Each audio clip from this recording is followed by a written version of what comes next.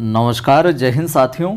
स्वागत है आप सभी का हिंदी ग्रेड सेकंड है। तो जो स्नातक स्तर वाला पाठ्यक्रम चल रहा है उसमें 2-3 दिन क्लास डले नहीं। आज हम आगे की साखियां देखते हैं। कबीर ग्रंथावली के अंदर जो 5 अंग देख रहे हैं, हमने अपने पाठ्यक्रम में 5 अंग दिए गए हैं। तो 5वां अंग चल रहा है अभी हमारा, 5वां और आखिरी अंग प्रचाक अंग। इसकी जो कुछ और आगे की महत्वपूर्ण साखियाँ हैं उनको देखते हैं। वीडियो को लाइक शेयर कर दीजिए। आप पहली बार देख रहे हैं चैनल को सब्सक्राइब कर लीजिए। टेलीग्राम चैनल अभी तक आपने ज्वाइन नहीं कर रखा तो कवि आदि गणेश हिंदी नाम से टेलीग्राम चैनल है अपना, डिस्क्रिप्शन में लिंक भी मिल जाएगा। और 5300 से अधिक लोग जुड़े हुए हैं इस टेलीग्राम चैनल को, आप ज्वाइन कर लीजिए। यहाँ पर सवाल वगैरह डालता रहता हूँ। 3 बजे वाली क्लास आपने नहीं देखी तो देख लीजिएगा। उसके अंदर जो शीरीष के फूल ललित निबंध है हजारी प्रसाद साहब का, उनका परिचय दिया गया बहुत अच्छे से। देखिए आज की साखी में हम बात करते हैं कि आया था संसार में। कबीर साहब कहते हैं कि आया था संसार में देखण को बहुरूप और कहे कबीरा संत हो पड़ी गया नजरी अनूप। कबीर साहब कहते हैं कि मैं तो इस संसार में इसलिए आया था कि इस संसार के जो विभिन्न रंग हैं उनको देखूंगा, यानी कि जो संसार के नाना रूप है जगत के अंदर, विविध सांसारिक जो उपादान है उनको देखने के लिए मेरा तो जन्म हुआ था। आया था संसार में, उन सबको देखने के लिए मेरा जन्म हुआ था। लेकिन कहे कबीरा संत हो पड़ी गया नजर अनूप। लेकिन मेरा सौभाग्य ऐसा हुआ कि मुझे इस संसार में आकर ब्रह्म के दर्शन हो गए, ईश्वर के परमात्मा के दर्शन हो गए। यानी कि विशेष बात यहाँ पर हम इसको और देखें कि बिना विशेष प्रयास के ही मुझे ईश्वर की प्राप्ति है जो यहीं आकर है जो हो गई है, यूँ समझिए आप। यानी कि आया तो मैं कुछ और काम, लेकिन जो विशेष था अनूप था। अनूप यहाँ पर ध्यान में रखिएगा। अगर पूछ ली जाए ये साखी देकर कि अनूप से तात्पर्य है, तो अनूप यहाँ पर किसके लिए आया? अनूप आया परम तत्व के लिए। अनूप किसके लिए आया? परम तत्व के लिए यहाँ पर आया है साहब, ठीक है। यानी कि हम और इसका सरलीकरण करूँ कि जो सामान्य आदमी होता है वो तो ये सोचता है कि संसार में तो ये जो चीज़ें देख रहा हूँ यही सब कुछ है। लेकिन जो संतों की दृष्टि है वो थोड़ी सी अलग होती है। संतों की दृष्टि के अंदर ये जो नाशवान चीज़ों पर नहीं जाती है संतों की दृष्टि, बल्कि उनकी जो दृष्टि है वो विशेष तत्व की ओर जाती है, विशेष की ओर जाती है। तो यहाँ पर कबीर साहब को विशेष अनुपम तत्व की उस अरूप उस परमात्मा ईश्वर का साक्षात्कार है जो होता है साहब। अगली साखी की अंक भरे भरी भेंटियाँ मन में नाही धीर और कहे कबीरा तो क्यों मिले जब लगो दोई शरीर। कबीर साहब कहते हैं कि अंक यानी गोद, अंक यानी गोद, आलिंगन भी हम ले सकते हैं अर्थ, कि जो परमात्मा है जो प्रिय है उसका मैं क्या भाव विभोर होकर कस कस कर जो आलिंगनबद्ध है जो होता हूँ। अंक भरे भरी भेंटियाँ, कि अंक भर भर कर कस कस कर है जो गले है जो मैं क्या है गले लगता हूँ, गले लगकर है जो मिल रहा हूँ। कबीर साहब कहते हैं कि मैं प्रिय हरि से, परमात्मा से, प्रभु से मैं गले लग कर है जो मिल रहा हूँ बिल्कुल।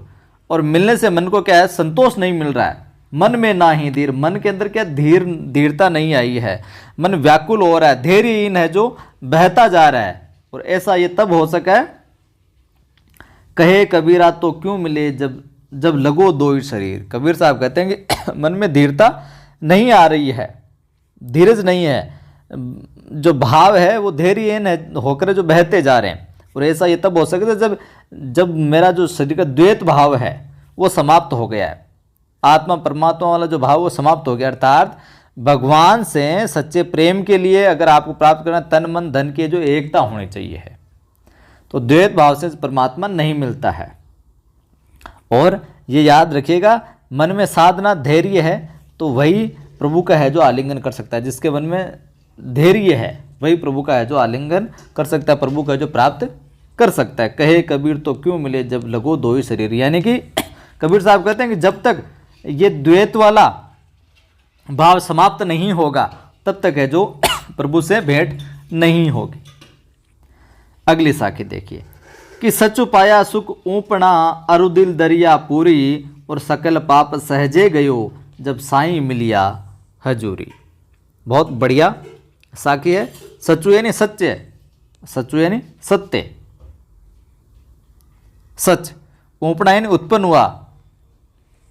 देखिए सच्चु पाया सुख ऊपड़ा अरु दिल दरिया पूरी और सकल पाप सहजे गयो जब साईं मिला हजूरी। कबीर साहब कहते हैं जब परम प्रिय हरि से मिलन हुआ ना, सच्चु पाया सुख ऊपड़ा, जब परम प्रिय परमात्मा से मिलन हुआ तब सत्य से परिचय हो गया। सच्चु पाया सुख ऊपड़ा, तो सत्य से क्या हो गया, परिचय हो गया, अर्थात परम सत्य को है जो मैं जान गया।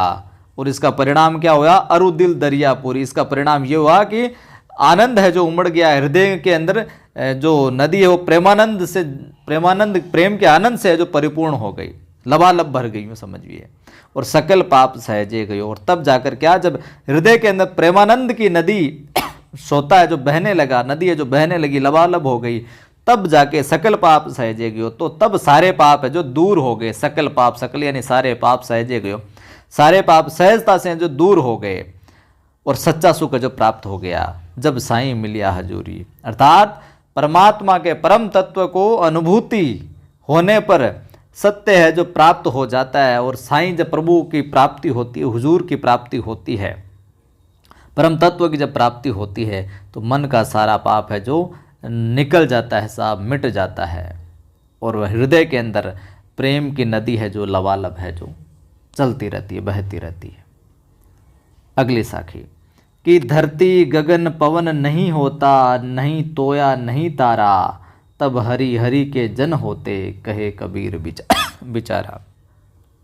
इसका दो तरीके से अर्थ है जो देखने को मिलता है। कबीर साहब एक तरीके से अर्थ ये भी ले सकते हैं कि सृष्टि में जब पृथ्वी, आकाश, पवन, जल, अग्नि, ये जो पांचों तत्व नहीं थे ना, उस समय भी केवल हरि और हरि के जो चाहने वाले थे, हरि का जो स्वरूप था, तत्व था, हरि के भक्त, वो सब कुछ थे। एक अर्थ ये भी देखने को मिलता है और एक अर्थ ये भी देखने को मिलता है। यहाँ पर हम इसका अर्थ यूँ भी ले सकते हैं कि धरती गगन पवन नहीं होता, नहीं हो तोया नहीं तारा, यानी कि कबीर साहब कहते हैं कि संसार में सब कुछ जो नष्ट होने वाला है, यानी कि प्रभु और जो सब कुछ नष्ट होने वाला, सब कुछ क्षणभंगुर है। अनश्वर क्या, प्रभु और प्रभु का भक्त है केवल।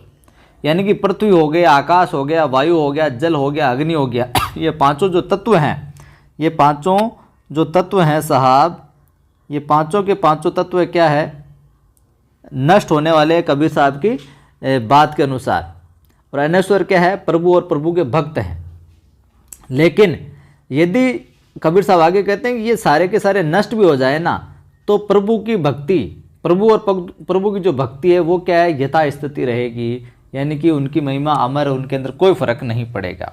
तो देखिए, धरती गगन पवन नहीं होता, नहीं तोया नहीं तारा, तो यानी जल, ये कुछ भी नहीं हो रहे ना, तब हरि और हरि के जन होते, कहे कबीर बेचारा।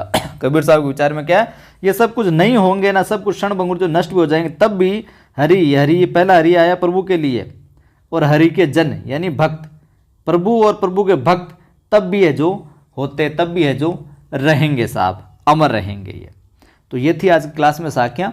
कुछ और पर्चा को अंग जो पांचों अंग, इससे कुछ और इंपॉर्टेंट जो भी साखियाँ हैं वो अगले वीडियो में मैं आपको करवा दूंगा। या यूँ समझो आप, अगले वीडियो में इस पर्चा को अंग जो अपना कबीर ग्रंथावली से 5 अंक पढ़ने चुका, जो आखिरी अंग पर्चा हूँ, इसकी जो और भी इंपॉर्टेंट महत्वपूर्ण साखियाँ जो परीक्षा में पूछी जा सकती है, जिनसे भावार्थ वगैरह, कुछ शब्द वगैरह, वो सारी मैं अगले वीडियो में आपको करवा दूंगा।